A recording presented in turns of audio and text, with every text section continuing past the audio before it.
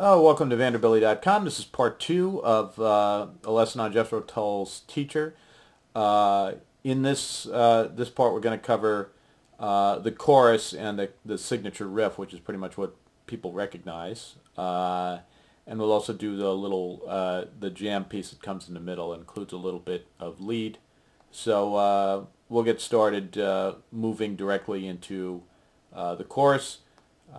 You might want to review the playthrough in part one.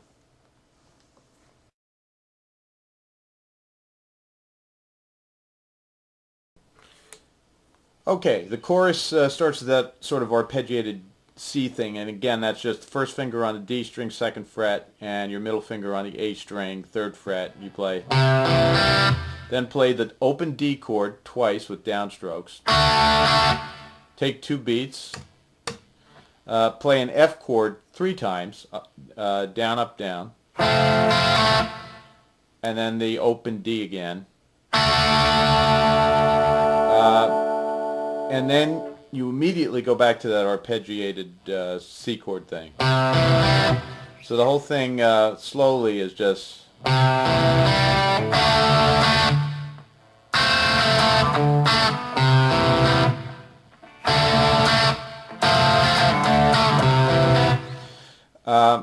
and you play that whole thing 4 times, but on the 4th time, you stop at the F. And you move it, so... and move into the signature riff, which is probably the most memorable part of the song to most people. It's played like this. You go to the D string, 7th fret, you hammer on to the 9th fret, and then you play the 9th fret with the pick. Then you play the G string, 7th fret, and then a 2nd time and hammer onto the 9th fret. Give it a little vibrato. Then the A string, 7th fret, then a 2nd time and hammer onto the 9th fret.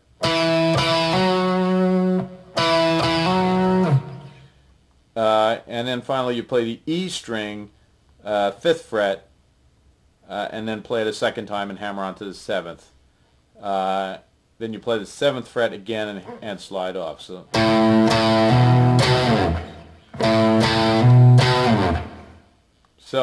that whole thing slowly is like this.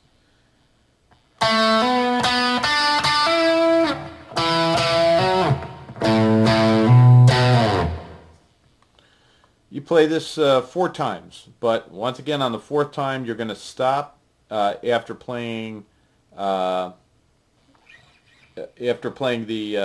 A string bit. So it's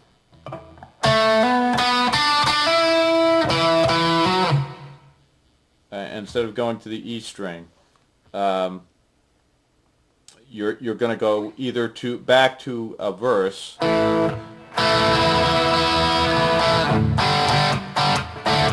or you're going to move into the jam piece, which is a little musical interlude that we're going to cover next.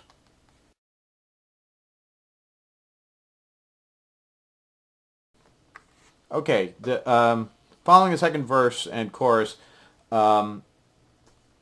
instead of going into the next verse, you play a sort of a jam break. And that's the first part of that is around an E minor 7 chord that you make by fretting the E string 6th fret with your thumb, and then the D and the G and the B strings with your 1st finger.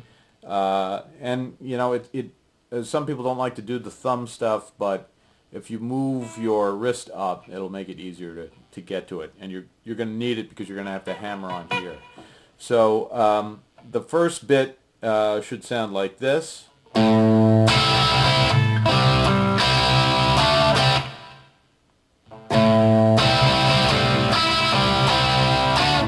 I'm just fretting on the 7th fret. You do that twice. Then you do the same thing, only faster and funkier, and that should sound sort of like this.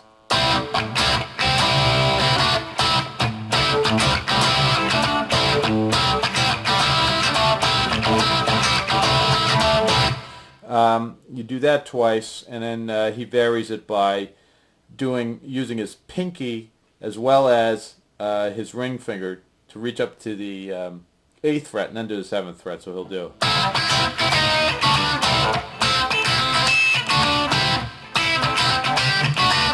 And you're only covering the top fingers with the top strings with your pinky. So.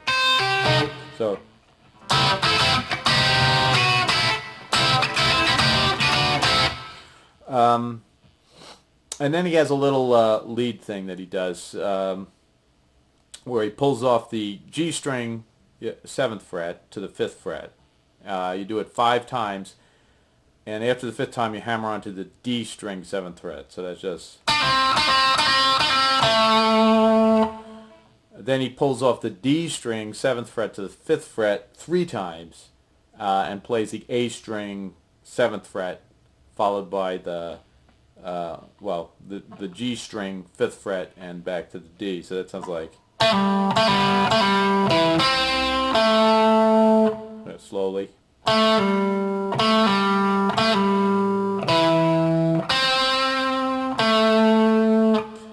And then he pulls off the B string 10th fret to the 8th fret 4 times and plays the D string 10th fret with some vibrato. So that's...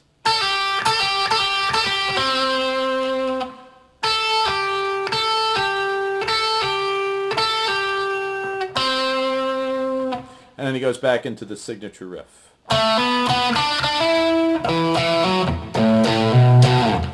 Now the song actually ends on a fade on that riff, so you can sort of concoct your own ending. You'd either just end that riff abruptly or go back to one of the A chord type things to end it. But that's pretty much everything you need to know to play this song. So hope you enjoy it.